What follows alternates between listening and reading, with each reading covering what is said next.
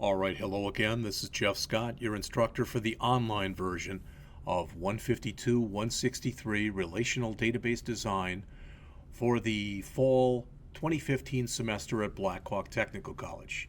We've moved on to Chapter 5, which is page 265 in our book, talking about multiple table forms.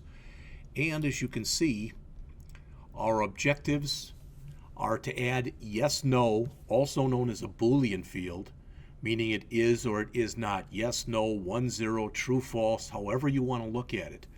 Long text fields, OLE object. OLE is an acronym that stands for Object Linking and Embedding. And if you've ever seen, for example, or maybe you've done this in another class or whatever, for example, I could take a spreadsheet and literally put it right inside of a Word document and have it set up so that if I click on the spreadsheet, it starts up Excel. So what I'm doing is I'm embedding that object and linking it to the Word document. We'll talk about the input mask wizard, and the reason that you might use that is if you've got, for example, a phone number field, the input mask can put parentheses in for you and the dash.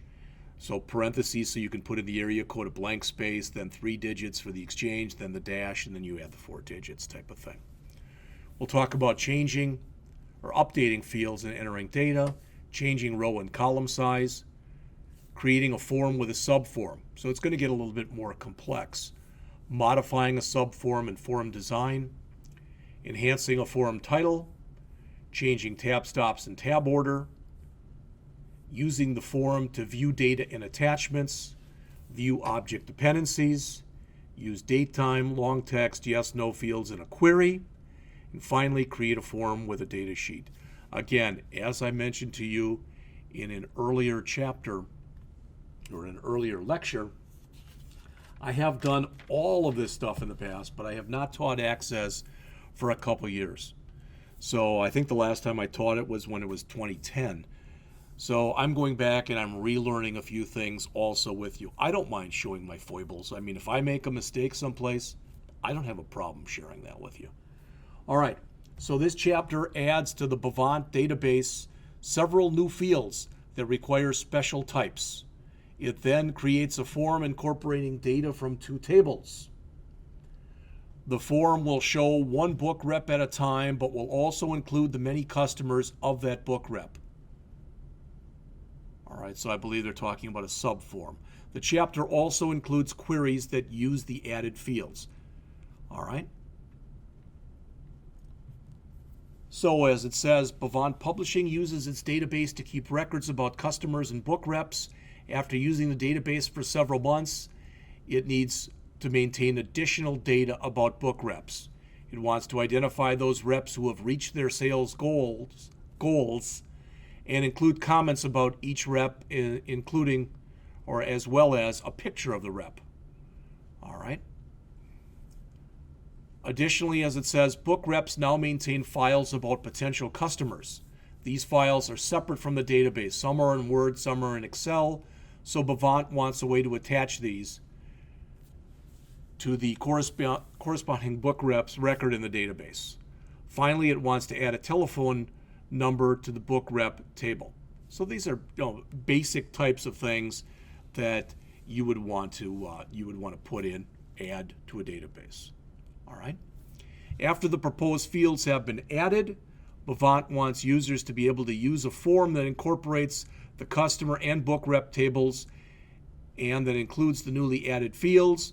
The form should include the customer number, name, amount paid, current amount due for the customers for each book rep. Bavant would like to see multiple customers on the screen at the same time. The database should allow users to scroll through all the customers a book rep has and open any attachments.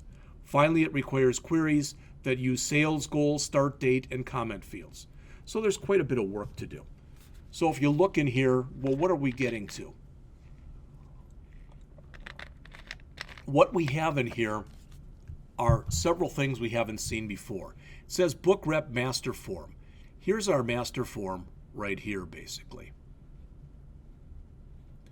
All right, and here's our subform down here. So what we have here is this has got all the information right here about Melina Perez. All right, and there's a comment that they've added. There's a picture of her that they've added. And there's customer notes, which is notes that if you click this, it will start up Microsoft Word for you. And so this is the master form, and this is the subform. So these are all of Melina's customers. So that's what we're going to end up building in here. As far, again, as our roadmap, we'll add fields to the book rep table, enter data into those new fields, create a form for the book rep table, add controls to the form, add a subform to the form, modify the subform, enhance the form, and create queries regarding some of the new fields that we're going to add. All right, so moving up to page 269, adding special fields. They're talking here again about an input mask. So the idea is to do something like this. For example, my phone number at Blackhawk is area code 608-757-7784. But they want to be able to enter it in like this and have it immediately be reformatted like this. Sometimes you also see a format that looks like this. So you could do it either way. But the idea and what they're getting to here is an input mask specifies how input data is going to appear as it's being entered. Okay? That picture field, again, we'll use, let's see. The customer notes field is going to use the OLE stuff in there. All right. And I already mentioned that, for example, linking to a Word file. That might be an Excel file for some reps. So first we'll add fields with new data types to a table. Not a very hard operation. And we'll go through the steps that are on pages 269 and 270. All right. I think the salary and maybe it's the bonus rate. I don't remember what's new, but there's something that's new in here. Okay. I guess there they are. Sales goal, comment, picture, and customer notes. And you'll notice that the sales goal is a yes-no field. That's a Boolean type field. It's true or it's false. Yes, they met their sales goal, or no, they did not, type of thing. The comment will be long text. We'll talk about that. Rather than it holding 256 or 255 characters, which is the max in a short text field. Long text, I believe, holds like 6,500, 536 characters, and it usually stores that stuff in a separate file. Picture will be an OLE object type, and the notes will be an attachment. So we'll get through all that stuff. We'll go through then how to use the input mask. It's not hard. There are built-in input masks, or you can add your own. If you've ever heard this term before, in some ways, it's like using what's referred to as a regular expression pattern. And if you've never heard that term, believe me, in your 2-year career or 2-year plus career at Blackhawk, you will. All right. You can also add fields in Datasheet view. They talk about it in here, and they show it to you here. Okay, there's a More Fields button. I'm not going to do that. I'm going to do them completely from Design View because I think it's much easier to do that. So how do you determine if fields need special data types or an input mask? Well, you look at the field. And as it says, you determine whether or not an input mask is appropriate, whether or not it should be a yes-no data type, whether long text should be appropriate. So for instance, if you were kind of mocking or mimicking a form in a doctor's office, and you had address, name, first name, middle name, address, city, state, zip, etc., telephone, maybe a mobile phone, all that good stuff. Those would be all the types of fields we've looked at pretty much so far. But if you had something in there like interests, where people could put down, maybe anything they were interested in, that might be more than 255 characters, or allergies, something like that. That might be where a long text field would be appropriate. All right. OLE, does the field contain a picture and or does it contain an object created by other applications that support OLE? Is an attachment appropriate? Is the hyperlink data type appropriate? Maybe, this just came to mind right here. Okay, maybe this is what I'm about to tell you is a good thought, maybe not. But when we look at, maybe what we want is a hyperlink right here. And if you click to it, maybe Melina Perez has got her own homepage. You could call, see right here, see my homepage type of an idea. Okay, just some suggestions. I'm not saying that we're going to do those. I'm just saying those are the kind of things that you would start thinking about using in here. All right. Okay, updating new fields. So I'm on page 274. It says after adding the new fields, the next task is to enter data into them. The data type determines the manner in which this is accomplished. So they'll show in here the input mask stuff, and you'll notice as soon as you go into the field, it'll immediately put the parentheses in there, and it'll put your insertion point at the beginning after the left paren. After you type in the 3, it'll move you over to the beginning of this underlined stuff. After you put in the next 3, it'll bring you over to here. And all that stuff is done automatically. It's not magic or anything. It's really not that difficult. Yes, no fields in here rather than shown as true, false, or yes, no, they're shown as a checkbox. Yes means that it's checked. You have met the goal or whatever it is you're looking for.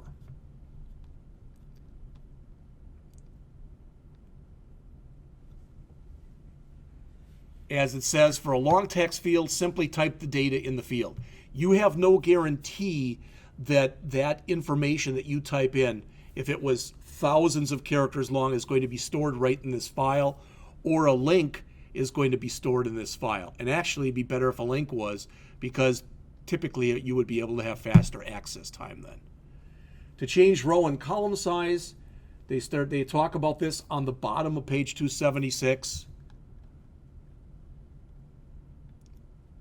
It says, again, drag the right edge to resize it. Double click here. We've done all that kind of stuff before, so nothing new there. Undoing changes to row height and column width.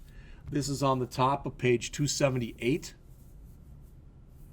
As it says, to undo the changes to a row height, press and hold or right-click the row selector and tap or click the row height on the shortcut menu. Not a big thing one way or the other. For entering data into OLE fields or object linking and embedding fields, you use the insert object command on the OLE's shortcut menu.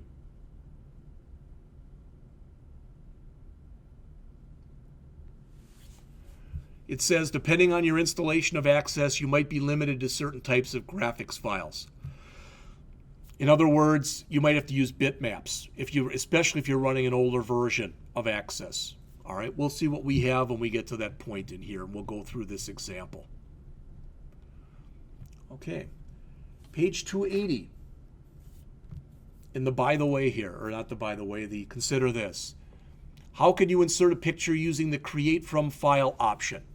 As it says, if your installation of Access supports adding files of the type you want to insert, you tap or click the Create From File option button, then tap or click the Browse button to display the Browse dialog box. You navigate to the folder with the picture you want to insert. You tap or click the file containing the desired picture. Then you tap or click the OK button, and then you tap or click the OK button again. So we'll go through this, and we'll insert the remaining pictures for the other 3 representatives that we have. So not just Melina Perez, but I think we're going to do it for all of them. Maybe I'm wrong, but we'll see it as we go through these. All right. Viewing pictures and attachments in Datasheet view on page 282. Sorry, lost my place. Okay, there we go. As it says, although the pictures do not appear on the screen, you can view them within the table. To view a picture of a particular rep, press and hold or right-click on the picture field. Okay? You can view attachments by pressing and holding or right-clicking on the field as well. All right. Next, we'll go into multiple table form techniques. So we'll create a form out of more than one table. The parent table will be the parent form or the master form. The child table will be the subform. All right? So again, figure out whether or not that's an option. What should be the main form? What should be the subform?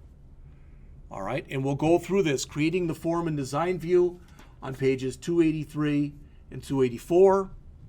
Then we'll add a control over here on page 285 and 286. Then we'll add the controls for the additional fields on 286 and align the controls on 287 so that they look nice. So we're going to get into design mode. You've got a lot more latitude as far as what you're working on when you work on things like this in design mode. All right. We'll adjust, as it says here, the controls on the top and adjust the vertical spacing. We're just trying to make things look as professional as possible. So we'll go through that example. We'll add controls for the remaining fields. That is the comment, picture, and customer note fields, and try to line things up so that, again, it looks in a professional type of manner, and that's shown on 289 and 290. Next, we'll use a shortcut menu to change the back or the fill color. All right, very similar to the theme type of things we did earlier. Since we're creating the form by scratch, we'll add a title, and that's on page 291. All right, then the magic starts to happen. This is probably the most complex thing that we'll have covered up till this point, and that is adding a subform or putting a form within our form. So we'll go through the steps on pages 292, 293, and 294. And after we get done with that, we'll admire our work on page 295 to make sure that indeed it looks the way we want it to look. Turning up to 296, as the author mentions here, we'll modify the subform and we'll move the picture. All right, it's our form and we can set it up any way we like. So we'll do that on 296 and 297. We'll work with a label on page 298.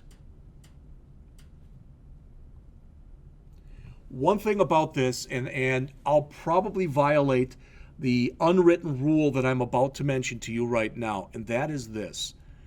When you're working with stuff in design mode like this, especially if you have little to no experience with it, it can get frustrating very quickly. If you find yourself getting frustrated, all right, walk away for a couple minutes and come back to it. Just do something else. Clear your head. All right, do whatever it is you have to do. So we'll change the label on 298. And then on 299, we'll change the label effects and the colors. We'll do that on 299, 300,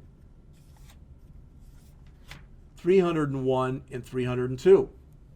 We'll also modify the appearance of the form title, and I guess that this is what I was talking to you about before.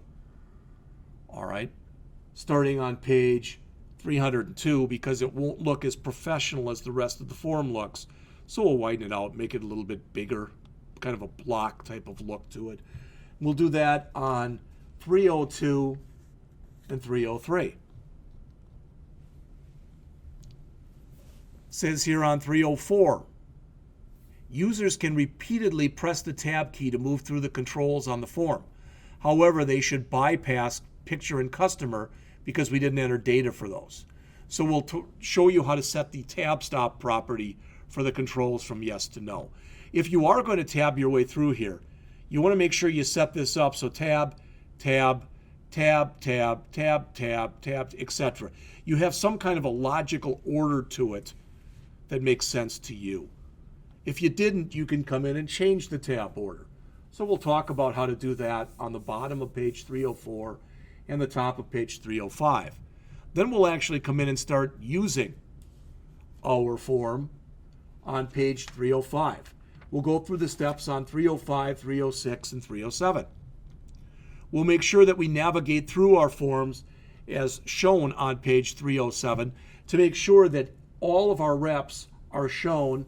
All of their pictures look okay. Any kind of attachments are okay and work, etc. So we'll go through these steps.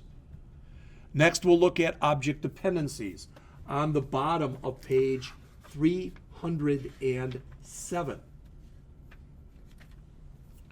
And as it says here, in Access, objects can depend on other objects. For example, a report does depend on the table or the query from which it's based. If you change the structure of the table or the query, the report could be affected. You add, especially if you remove fields. So if you delete a field, that the form or the query may not be valid any longer. You can view information on dependencies between database objects. So we'll go through those steps that are shown in the book on page 308.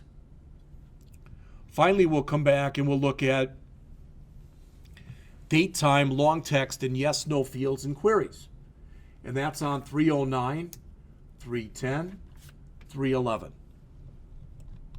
All right, that'll get us pretty much through the rest of the chapter. A couple more things to cover here. On 312, data sheets and forms. We'll talk about how to create a simple form with a data sheet and how to create it in layout view. We've actually kind of looked at that already. It's no biggie one way or the other. We'll create a multi-table form based on the many table. All right, and that's on the bottom of page 314 and takes up all of page 315, or the first half. And that'll be it. So I will come back quite shortly and go through one or two or three, however many it takes, different, what I call the lab part of this. So that'll be next.